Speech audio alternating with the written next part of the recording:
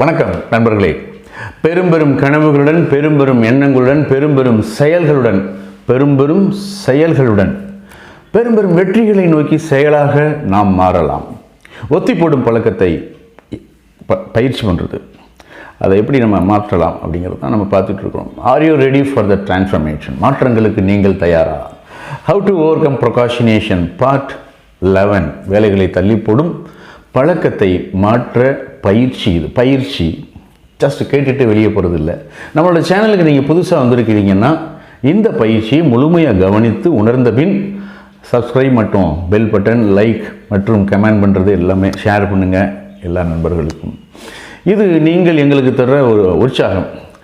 தேவையற்ற கடந்த கால கழிவுகளை மனதுக்குள் தேக்கி வைத்தல் அல்லது எதிர்கால பயம், இவை காரணமாகவும் நம்ம ஒரு விஷயத்தை செய்யாமல் தடுமாறுறோம்.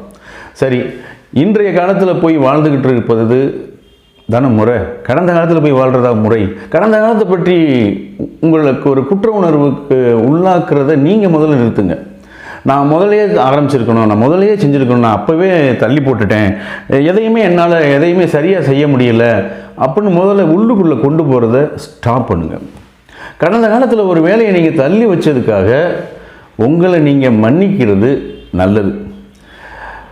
வேலையை மேலும் மேலும் மேலும் மேலும் நம்மளை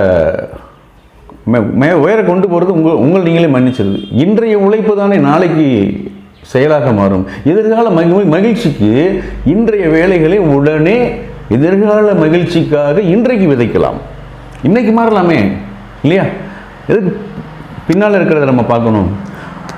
are you ready for the transformation? மாற்றங்களுக்கு நீங்கள் தயாரா? பயிற்சி செய்யுங்கள், உங்களுடைய உணர்வுகளை செயலாக மாற்றுங்கள். நான் உங்கள் நண்பன் ஆல்ஃபா சின்னராஜா, சேல்ஸ் கோச் மற்றும் லைஃப் கோச். செயல்கள் உயரட்டும், எண்ணங்கள் உயரட்டும், மனங்கள் மலரட்டும், மனிதம் நிலைக்கட்டும். நன்றி, மகிழ்ச்சி.